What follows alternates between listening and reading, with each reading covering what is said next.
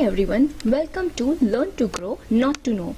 So in the previous video we had discussed about fundamental rights which are written in the Constitution of India, and here in this video we will talk about the 11 fundamental duties of Indian citizens.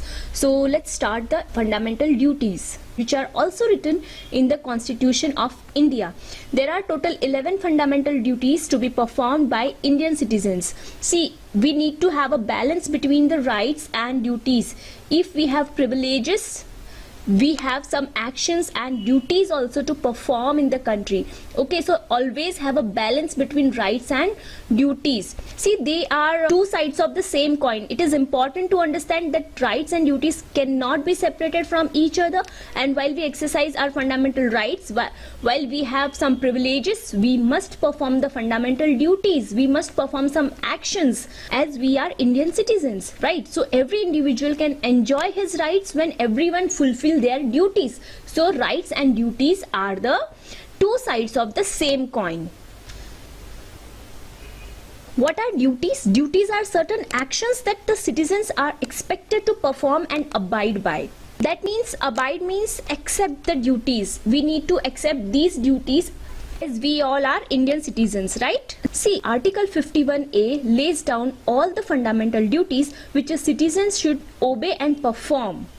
And these fundamental duties are taken from the Constitution of Russia.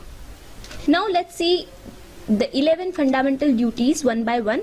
So the first duty, to abide by the Constitution and respect its ideals and institutions, the national flag and the national anthem. So we, all the citizens of India, we need to respect our national flag and national anthem. See, ideals means liberty, justice, equality, fraternity, means mutual support in the group. So this ideals and institutions, like we have three major institutions in the country: the legislature, the executive and the judiciary. So this legislature makes the law, executive executes the laws, and judiciary resolves conflicts according to the laws. So legislature will include parliament and the state legislature. Executive means the president, then prime minister, chief ministers, they will come here in executive members. And the judicial means the Supreme Court or the High Court and the subordinate courts of different states of India. So this is the main institution. These three are the main three institutions of our country, and we need to respect our national flag and national anthem. This is the duty of Indian citizen. Now second duty. Second duty is to cherish and follow the noble ideals which inspired our national struggle for freedom. Noble ideals means the great principle, great idea of the people, right? So which inspired our national struggle for freedom. So we need to cherish them and follow them. Now the third duty, to uphold and protect the sovereignty, unity and integrity of India. Sovereignty means the independent authority. Unity means we need to unite ourselves, and integrity of India means to allow everyone to participate, allow every citizen of India to participate in the activities of the country. We need to uphold and protect them. So our fourth duty is to defend the country and render national service when called upon to do so. So it is the duty of every citizen to defend our country against external enemies, and also when in need they should be ready to take up arms to defend themselves, and it is addressed to all the citizens other than those belonging to army, navy and the other air force. Our next duty, our fifth duty, is to promote harmony and the spirit of common brotherhood amongst all the people of India. See, that people should rise above narrow cultural differences, and we need to promote harmony and the spirit of common brotherhood. Our next duty, sixth duty, is to value and preserve the rich heritage of our composite culture. We need to preserve our culture and pass on to the future generations. So this is our duty, to value and preserve the rich heritage of our composite culture.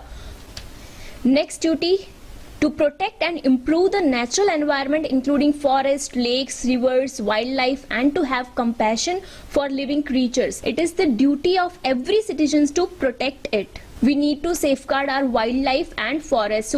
So this is our duty, to protect and improve the natural environment and including forests, lakes, rivers, wildlife, and to have compassion for living creatures. Our next duty is to develop the scientific temper, humanism and the spirit of inquiry and reform. So scientific temper means thinking scientifically and not believing in superstitions which has no scientific basis. Okay, humanism refers concentration of human needs and seeking of rational ways to solve them.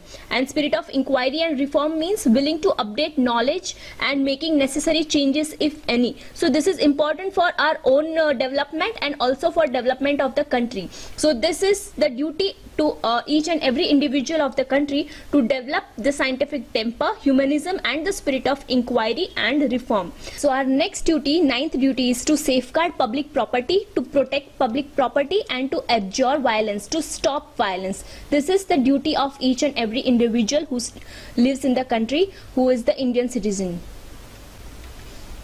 So the next duty is to strive towards excellence in all spheres of individual and collective activity so that the nation constantly rises to higher levels of endeavor and achievement.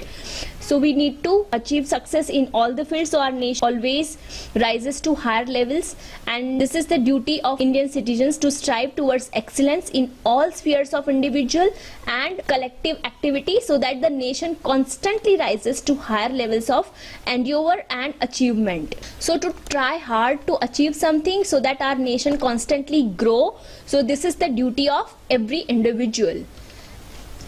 Now the last duty, who is a parent or guardian, to provide opportunities for education to his child, or as the case may be, ward between the age of 6 to 14 years. This is the right to education to the children, okay, given by the Constitution of India. See, this new duty was included in the Constitution in 2002.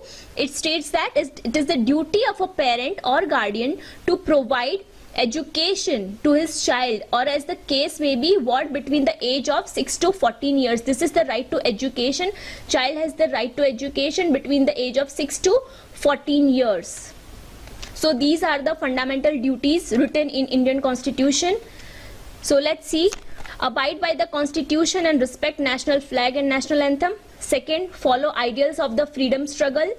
Third, protect sovereignty and integrity of India, unity of India. Fourth, defend the country and render national services whenever required. Fifth, spirit of common brotherhood. Sixth, preserve composite culture. Seventh, preserve natural environment. Eighth, develop scientific temper. Ninth, safeguard public property.